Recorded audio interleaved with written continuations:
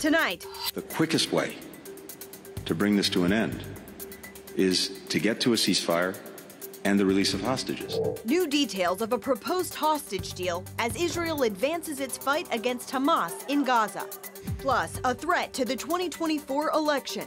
Congress has the power, indeed the obligation, to stop this AI nightmare. How lawmakers can work to crack down on deepfakes. And Joe! You got two wounded here. We head into the jungles of Myanmar to see how some are ministering to war victims with life-saving medical care. All this and more tonight on Faith Nation.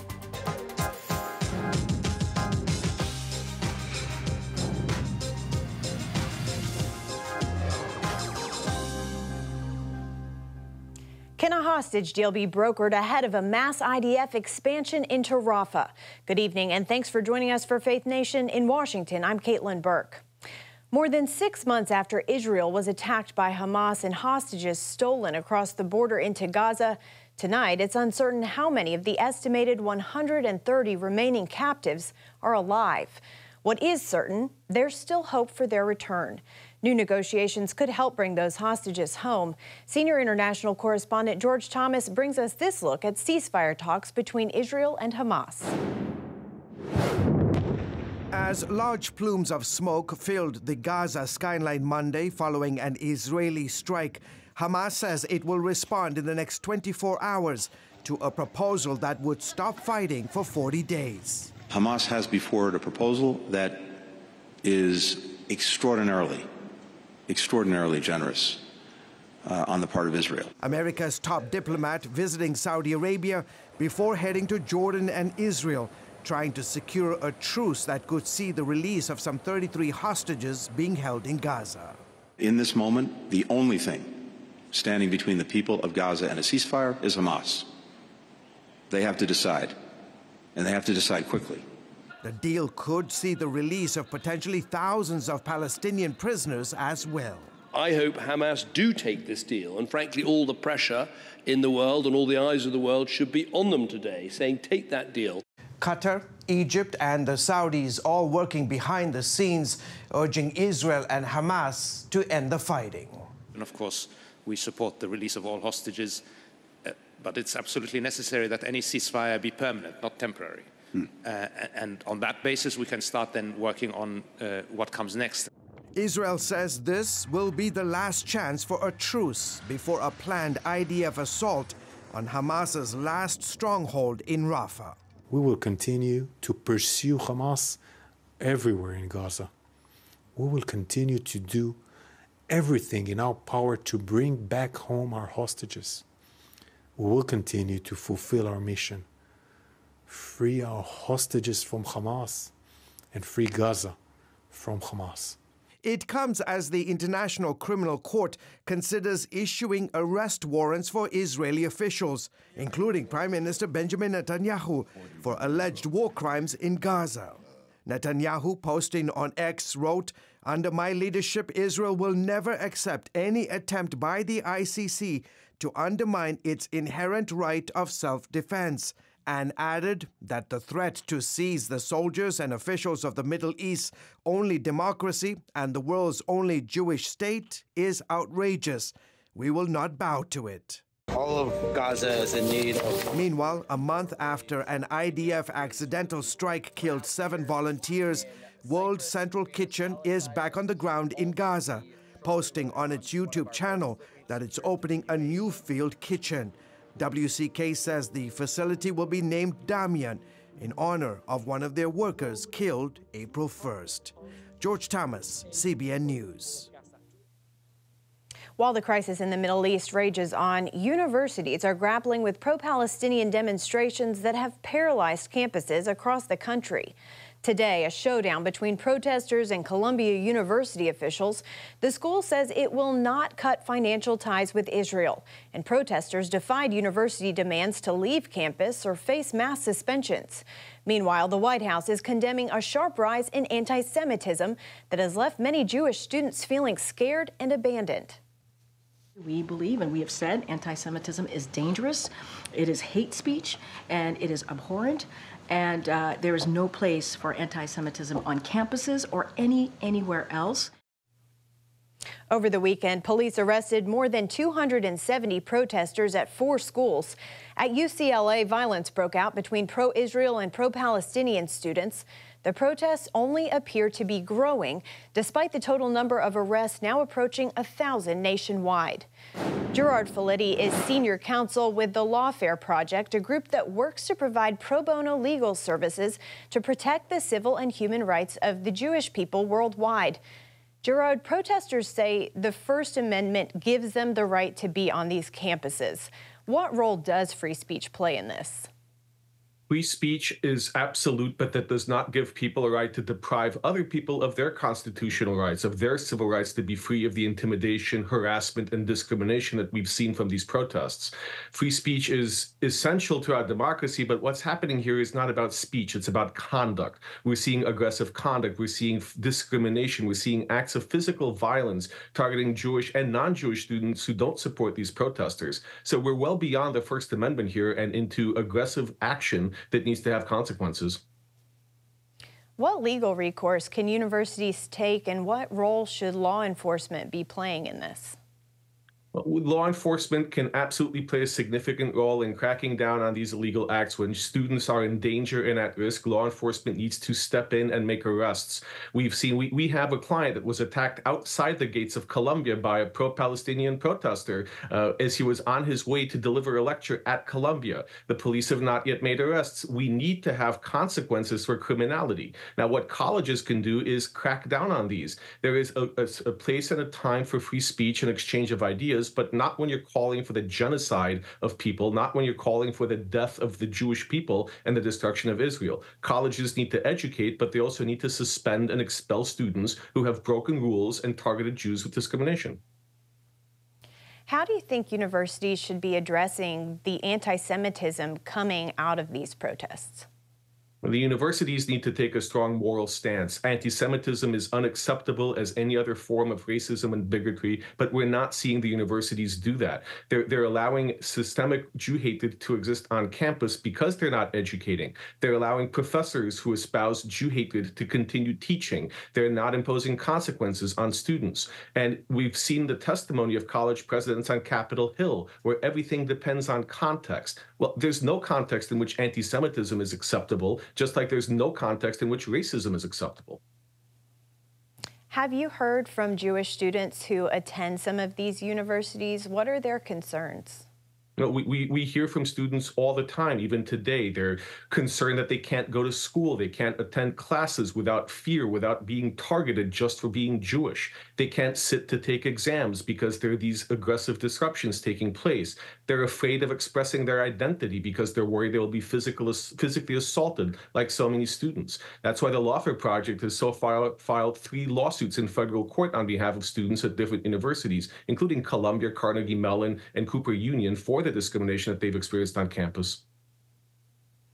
Well, thank you for the work that you're doing, and hopefully we'll start to see this all resolve.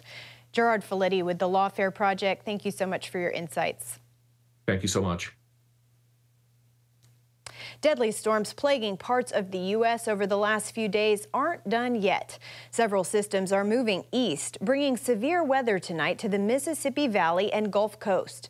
The wild weather comes just a day after deadly tornadoes tore through Oklahoma, killing at least 4 people. Today, locals are turning their eyes to recovery. We will rise, we'll clean up, we'll rebuild, and we'll move forward. And we'll be here every step of the way with Sulphur and the other communities across the state as we move forward and seek restoration. More severe weather is expected in Oklahoma by midweek. Could tricking Americans be a tactic in the 2024 election? The dangers of deep fakes in the lead up to November when Faith Nation returns. Using artificial intelligence to spread disinformation is a growing concern this election year. Recent polling finds 75% of Americans are worried about the use of AI-generated deepfakes to manipulate the public opinion. That concern is ramping up pressure on lawmakers to protect their constituents in the election itself from things like forged photos and doctored videos. Advancements have proven AI technology carries the power to deceive, manipulate, and disrupt. And in 2024, we're already seeing it play out. Voting this Tuesday only enables the Republicans in their quest to elect Donald Trump again. Just days before New Hampshire's January primary, nearly 20,000 voters received this call using an AI-generated voice of President Biden, attempting to discourage them from showing up at the polls. Officials detected the deepfake and alerted the public. Experts warn, however, these deceptions will only get more sophisticated and available. Imagine a world where that was a one-to-one attack, where instead of it being pre-recorded, it was actually live. And instead of being from one to many, it was one-to-one, where it's coming from your husband, your wife, your boss, saying, hey, Ben, we need you in the office at 6 a.m. I know it's a voting day. Or to an election official, hey, we're moving your precinct. We need you to be across town 3 hours away. Ben Coleman, CEO of the deepfake detection platform called Reality Defender, says Congress must act now to protect the American public. AI developments move fast. Legislation must move faster. Forecasting and potentially anticipating the rapid improvements in the quality and application of deepfakes. Since last January, 41 states have introduced legislation banning election-related deepfakes, while 8 already have laws on the books. No action yet on the federal level, despite bipartisan support. Congress has the power, indeed the obligation, to stop this AI nightmare. There are common sense, bipartisan bills ready to go. Right now, we can hold social media companies and big tech accountable for election deepfakes and other AI-driven harms. If we leave them unchecked, deepfakes and political deceptions will sow the seeds of our destruction as a democracy. Both parties, the leadership needs to support an effort to get a vote. And I say an effort to get, really, they just need to schedule a vote. Let's put these bills on the floor and let's vote. A number of companies already have technology to protect against deepfake content. Industry leaders maintain that action from Congress, generative AI, social media platforms, and even the media will be needed to truly protect Americans. Donald Trump is still leading President Joe Biden in the polls. A CNN survey shows 49% of registered voters favor Trump and 43% support Biden. Voters also have different opinions about each man's time in the White House. 55% believe Trump's presidency was a success and 44% see it as a failure. Just 39% consider Biden's first term a success, with 61% calling his presidency a failure. Joining us now is Nathan Gonzalez, editor and publisher of Inside Elections and a Faith Nation contributor. Nathan, this perception of failure, how can President Biden work to overcome it? Well, it's going to be tough because the country is facing a lot of different crises, whether it's here at home, economic and security with the southern border, or facing crisis of different levels overseas. I think the challenge is that most Americans believe that the president is responsible for everything. So if things are going well, that's good news for the president. If things are not going well, that's often bad news for the president. There's one glaring exception, though, is that voters just have not held President Donald Trump responsible for COVID. I mean, 4 years ago, we were in the throes of COVID, and yet most people don't hold him responsible at all for that, or our country's handling of it. And he is benefiting from a little bit of distance from his term, whereas Biden is facing with what voters are dealing with right now. He's definitely top of mind. Now, new reporting shows North Dakota Governor Doug Burgum, also a failed Republican candidate, maybe a potential Trump VP pick. Your thoughts on that, or who Trump might ultimately choose? Well, the Burgum story is a little confusing in that I think that Trump wants to make a splash. He wants someone who's a little flashier than a 67-year-old white guy who's the governor of North Dakota.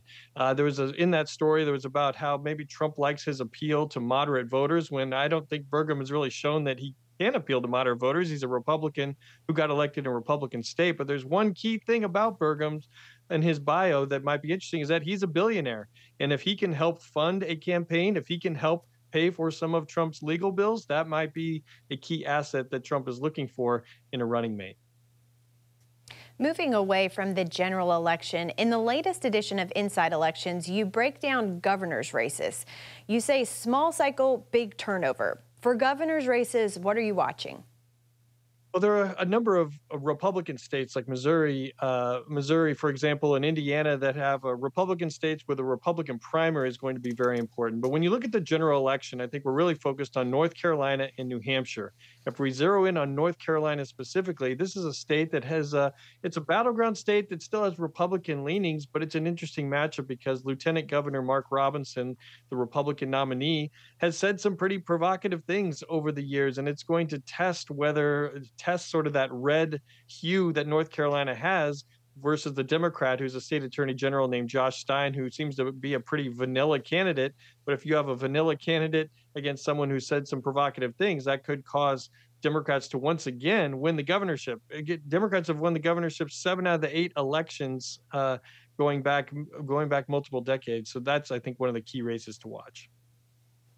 All right, real quick, on Capitol Hill, new Axios reporting shows House Democrats are gaining big ground over Republicans in the fundraising game.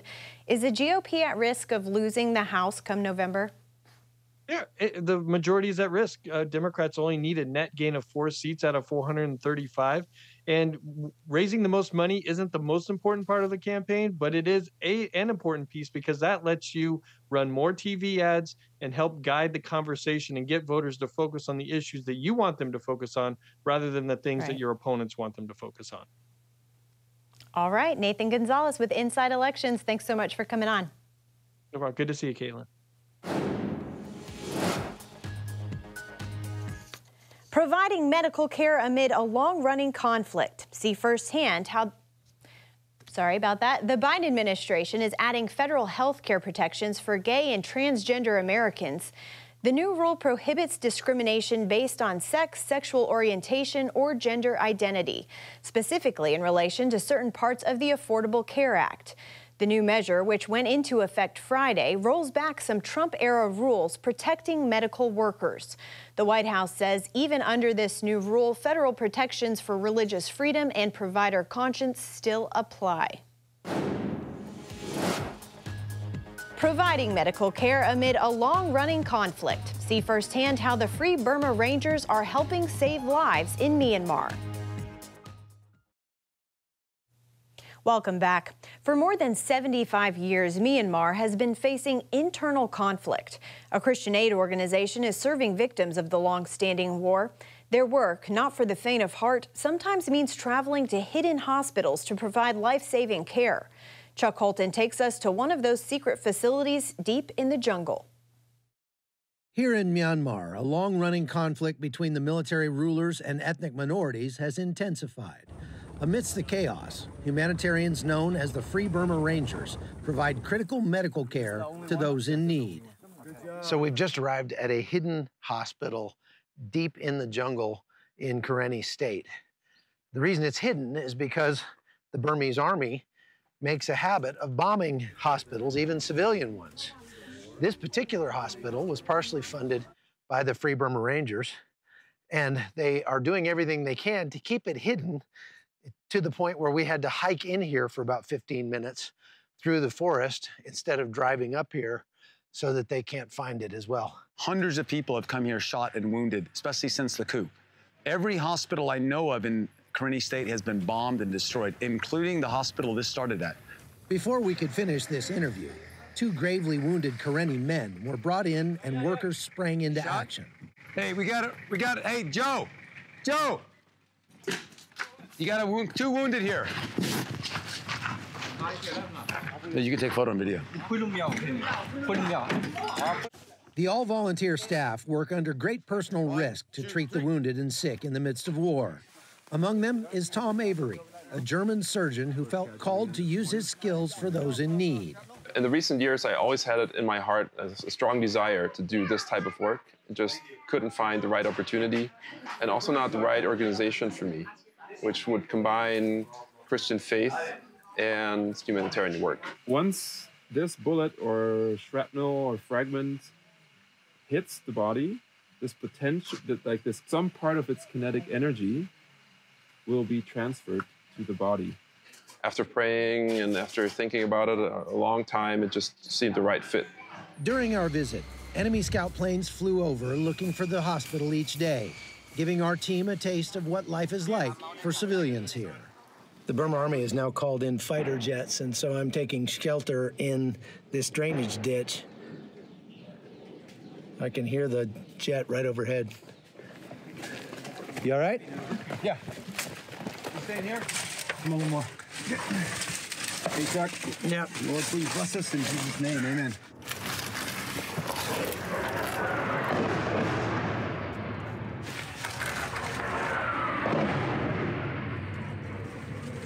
Behind us. Yep. Good job, Chuck.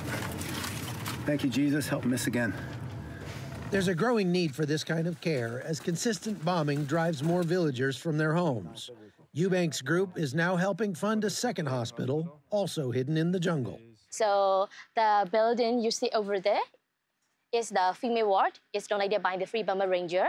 Last 3 years, I have never imagined that kind of life. Living in a jungle and working that kinds of thing every day to save the lives are very difficult. As the civil war here continues, the Burmese army is losing ground to a united front of militias and defectors, and hospitals like this one are a desperately needed lifeline for the families displaced by the conflict.